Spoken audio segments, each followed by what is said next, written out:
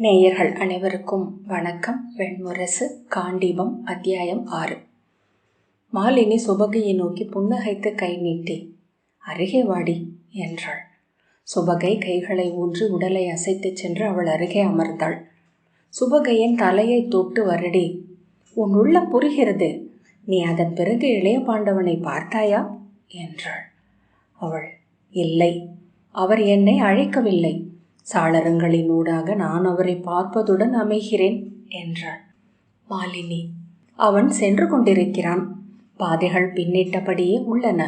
அவனிடம் ஒரு முறை சொன்னேன், நெடுந்தொலைவு செல்கிறாய் மகனே, ஒன்று நினைவுறுக, சென்ற பாதை அனைத்தையும் திரும்பி கடக்காமல் எவரும் விண்ணகம் செல்வதில்லை, எனவே நெடுந்தூரம் செல்வது நல்லதல்ல என்று.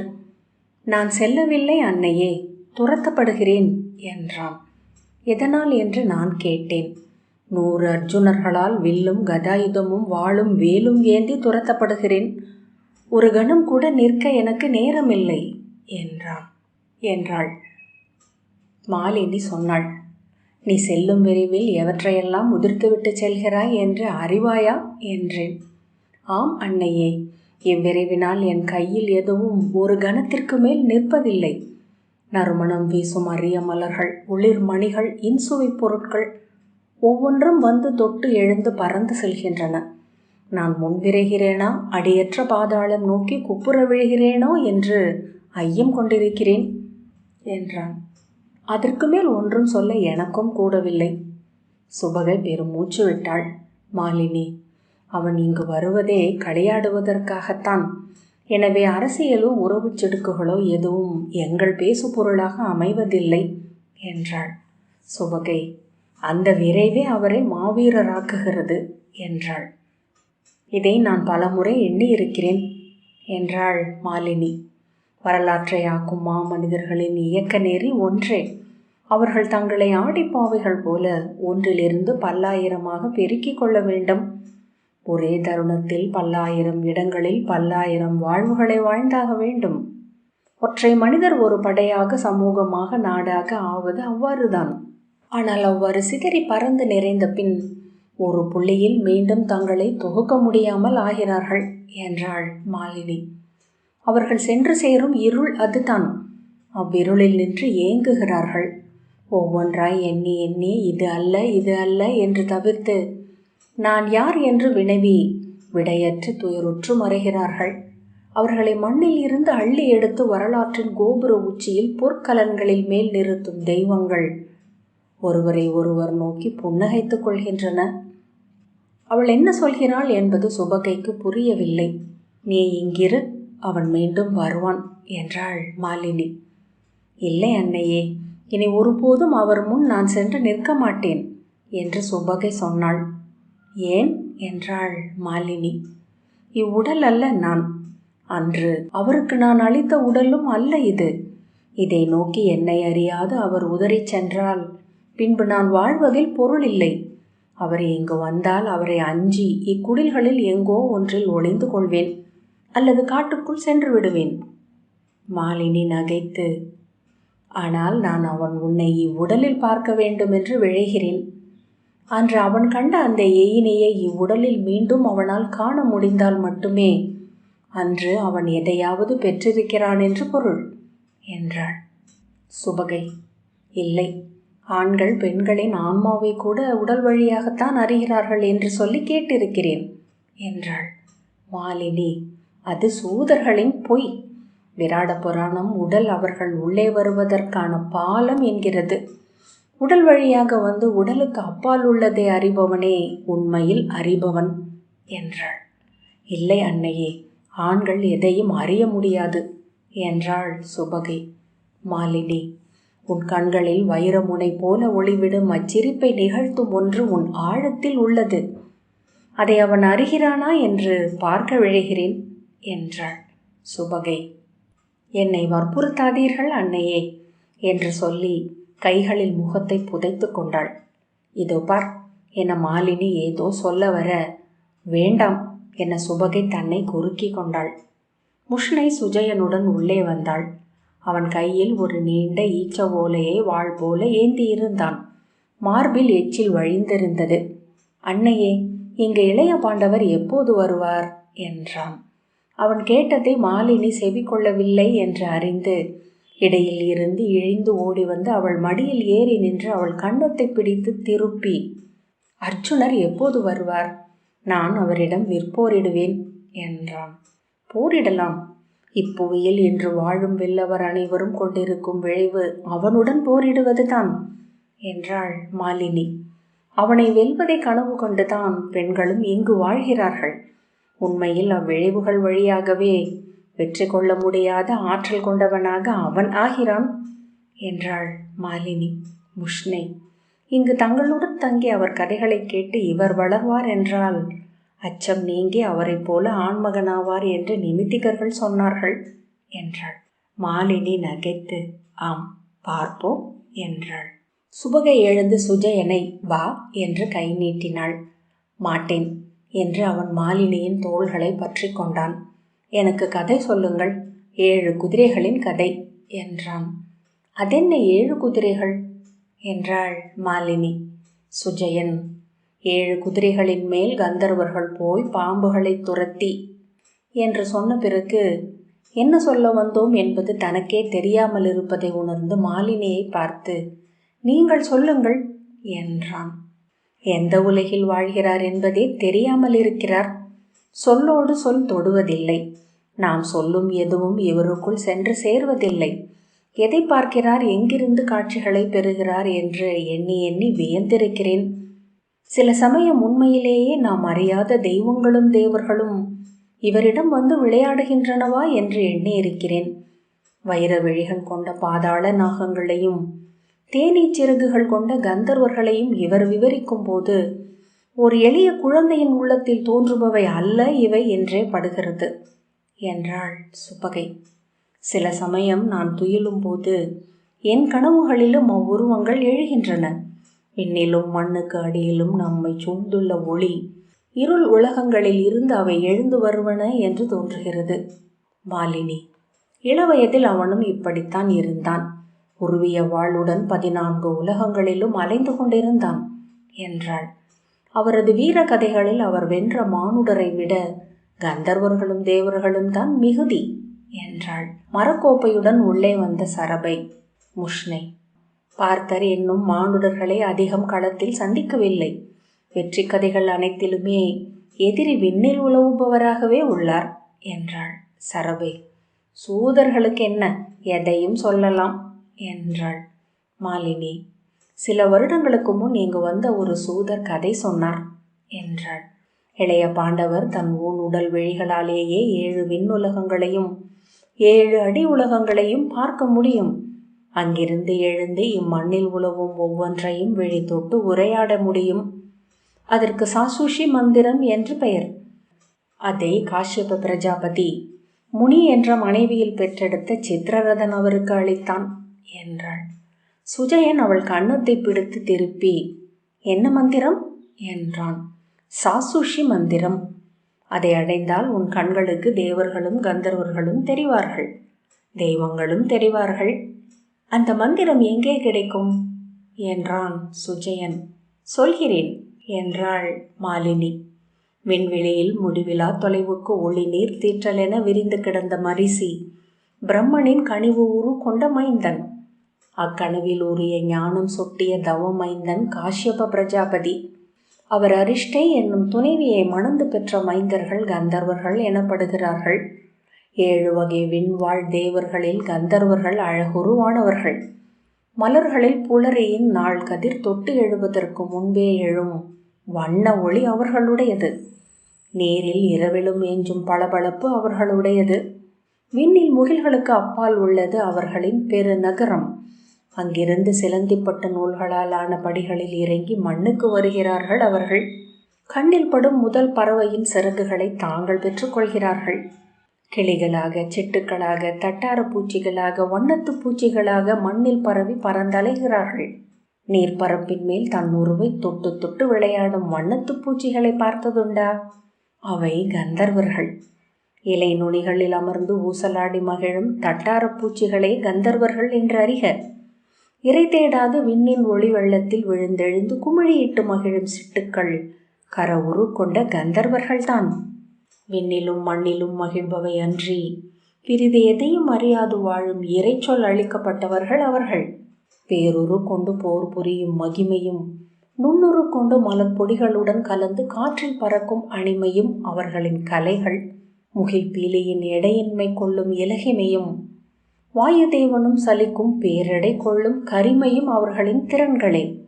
விழைவதை அடையும் பிராப்தியும் உடல் கடந்து குடிக்கொள்ளும் பிரகாமியமும் அவர்கள் அறிவர். அனைத்தையும் வயப்படுத்தும் வசித்துவம் கொண்டவர்கள். தெய்வங்களை விழிகொண்டு நோக்கும் ஈசத்துவம் கையகப்பட்டவர்கள். குழந்தை, என் சித்திகளும் கந்தர்வ கலைகளே என்கின்றன நூல்கள். விண்ணின் முகில்கள் 7. இரும்பாலான கருமுகில்களின் முதல் வட்டம் கணிகம். செம்பாலான செம்முகில்களின் உள்வட்டம் தாமிரகம். பச்சை நிறமான 3ஆம் வட்டம் ஹரிதகம். இளநீல நிறமான 4ஆம் வட்டத்தை நீலகம் என்கின்றனர். 5ஆவது வட்டம் வெண்மை, அது ஷீரவலயம். 6ஆவது பளிங்கு வண்ணம், அது மணிபுஷ்பம் எனப்படுகிறது. 7ஆவது வட்டம் பொன்னிறமான ஹரண்யகம். அதன் மேல் அமைந்துள்ளது அவர்களின் நகரமான கந்தர்வபுரி. பொன்னாலான 12 கோட்டைகளால் சூழப்பட்டது. அதன் நடுவே ஒளிவிடும் வைரங்கள் பதிக்கப்பட்ட குவை முகடுகள் கொண்ட 12,000 மாளிகைகள் நிறைவகுத்த தெருக்கள் பெருஞ்சுழி என வளைந்து சென்று மையத்தில் அமைந்த நீலச்சுனை ஒன்றை அடைகின்றன. அச்சுனை ஒரு அழகிய ஆடி. அதில் தலைகீழாக தெரிவது அடுத்த வானில் அமைந்த பெரிதொரு கந்தர்வ நகரத்தில் அமைந்திருக்கும் இன்னொரு சுனை.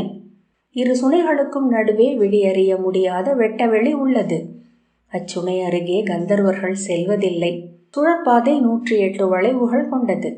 108 வளைவுகளையும் கடந்து அச்சுனை அருகே சென்று தன் முகம் பார்க்கும் கந்தர்வன் முடிவிலி பெருவழியாக தன்னை அறிவான். அச்சுனையின் ஆழம் அவனை உறிஞ்சி எடுத்து அணுத்துகள் என ஆக்கி தன்னுள் அடக்கிக் கொள்ளும். ஆனால் எத்தனை தவிர்த்தாலும் கந்தர்வர்கள் அச்சுனையை அடைந்தே ஆக வேண்டும். ஒவ்வொரு 1000 ஆண்டுக்கும் ஓர் அணுவிடை தொலைவுக்கு அவர்கள் அதை நோக்கி செல்கிறார்கள். இறுதியில் சுடரில் விட்டில் என அதில் சென்று அமைகிறார்கள். அதன் நீரின் ஒவ்வொரு அணுவும் அவ்வாறு சென்று நோக்கிய பல்லாயிரம் கோடி கந்தர்வர்களால் ஆனது. அவர்கள் பிறகு எப்போதோ ஒரு முறை அத்தடாகத்தில் இருந்து நீராவி என எழுந்து வானில் அலைந்து துளித்து சொட்டி மீண்டும் அந்நகர தெருக்களிலேயே விழுந்து உருக்கொண்டு எழ முடியும். இந்த முடிவிலா சுழற்சியில் காலத்தை உணர்கிறார்கள் அவர்கள். மண்ணிலிருந்து கந்தர்வபுரியை எவரும் காண முடியாது. ஆனால் மழை வெளுத்து வெயில் எழுவதற்கு முன்பு அரை கணம் விழிமயக்கென முகில்களின் மேல் அறியா பேரொருவனின் மணிமுடி போல தோன்றி மறையும் அந்நகரை காண முடியும். நூல் கனிந்த சூதரும் ஞானம் முழுத்த முனிவரும் சொல் முளைக்காத சிறாரும் அதை காண முடியும் என்பார்கள். கந்தர்வபுரி பொன்னொளி கொண்டது. எனவே பொன்னன்றி அங்கேதுமில்லை. பஞ்சு துகள்கள் இளங்காற்றில் என அங்கு ஒழுகி அலையும். கந்தர்வர்கள் ஒளியுடல் கொண்டவர்கள். எனவே ஒருவரை ஒருவர் ஆடிகள் என எதிரொலித்துக் கொள்வார்கள். காதல் கொள்கையில் உடல் தழுவி முற்றிலும் ஒருவரை ஒருவர் எதிரொலித்து முடிவின்மையாவார்கள். நீர்த்துளிகள் இணைந்து பெரிய நீர்த்துளியாவது போல ஓர் உடலாகி அவ்விடையால் சரிந்து விழுந்து நீரென ஒளி என பரவுவார்கள். கந்தர்வபுரியில் அவர்களால் தங்கள் விரல்களை ஒன்றுடன் ஒன்று தொட்டு பேரியாழின் இசையை எழுப்ப முடியும். உள்ளங்கைகளில் விரல்களால் அரைந்து முழவின் தாளத்தை எழுப்ப முடியும். அவர்களின் மூச்சு காற்றே குழலிசை. அங்கு அவர்கள் பேசும் மொழி என இருப்பது இசையே. ஒவ்வொரு கந்தர்வரும் பெரிதொருவரிடம் தன் உள்ளம் பகிர்கையில் அத்தனை இசைகளும் இணைந்து ஒற்றை பேரிசையாகி முடிவில்லாது அங்கு முழங்கிக் கொண்டிருக்கும். கந்தர்வர்கள் அந்த இசையிலிருந்து தங்களை பிரித்து கொள்வது சொல்லின்மைக்கு சென்று அணையும் போது மட்டுமே. அங்கே மௌனமும் அமைதியும் விரிந்திருக்கும். அதில் தங்களை பொருத்தி கொள்ளும் போது வெயிலில் ஆவியாகி மறையும் நீர்த்துளியென ஆவர்.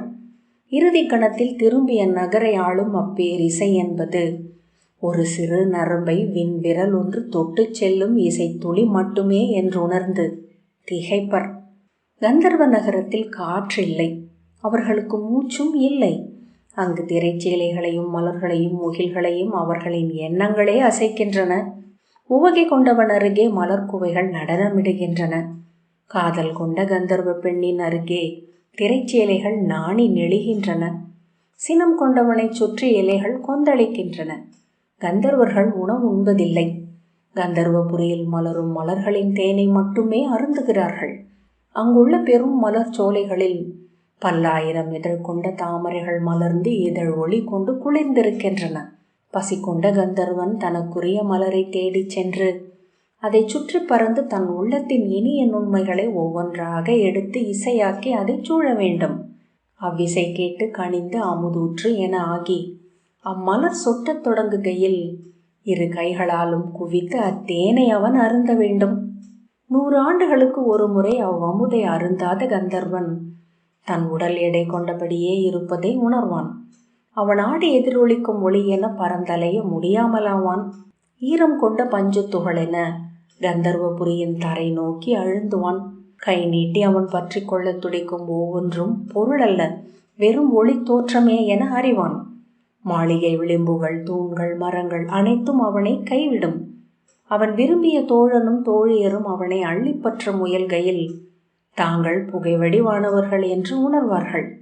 தரையில் கூழாங்கல் என விழுந்து மென்புழுதியில் தடம் பதித்து அங்கே கிடப்பான். ஒவ்வொரு கணமும் என அவன் எடை கூடி கூடி வரும். கந்தர்வபுரியின் மண் பொற்துகள் பொடியாலானது. அதில் புதைந்து அழிந்து ஓர் ஆழ்துளை என ஆகி அப்பரப்பை பொத்து கொண்டு மறுபக்கம் வந்து மண்ணுக்கு இறங்குவான். இரவில் ஏறி வெண்மீன் என ஒளி நீண்டு தரைக்கு வருபவர்கள் உதிரும் கந்தர்வர்களே. இங்கு விழி விரிந்த குளிர் நீர் சுனைகளில், இலை நீட்டி ஊழகத்தில் அமர்ந்த மரங்களில், குளிர்ந்து இருட்குவை என இறுகிய பாறைகளில் அவர்கள் வந்து விழுவார்கள். நீரில் அவர்கள் விழுகையில் அலை எழுவதில்லை. மரங்களை அவர்கள் தழுவிக்கொள்கையில் கிளை அசைவதில்லை. பாறைகளில் துளி சிதறுவதில்லை. அக்கணம் முழுத்து மறுகணம் எழுந்ததும் தான் என உணர்கிறான் மண்ணுக்கு வந்த கந்தர்வன். தன் கந்தர்வ நகரில் தான் நுகர்ந்த இன்பங்களை இங்கு நாடுகிறான்.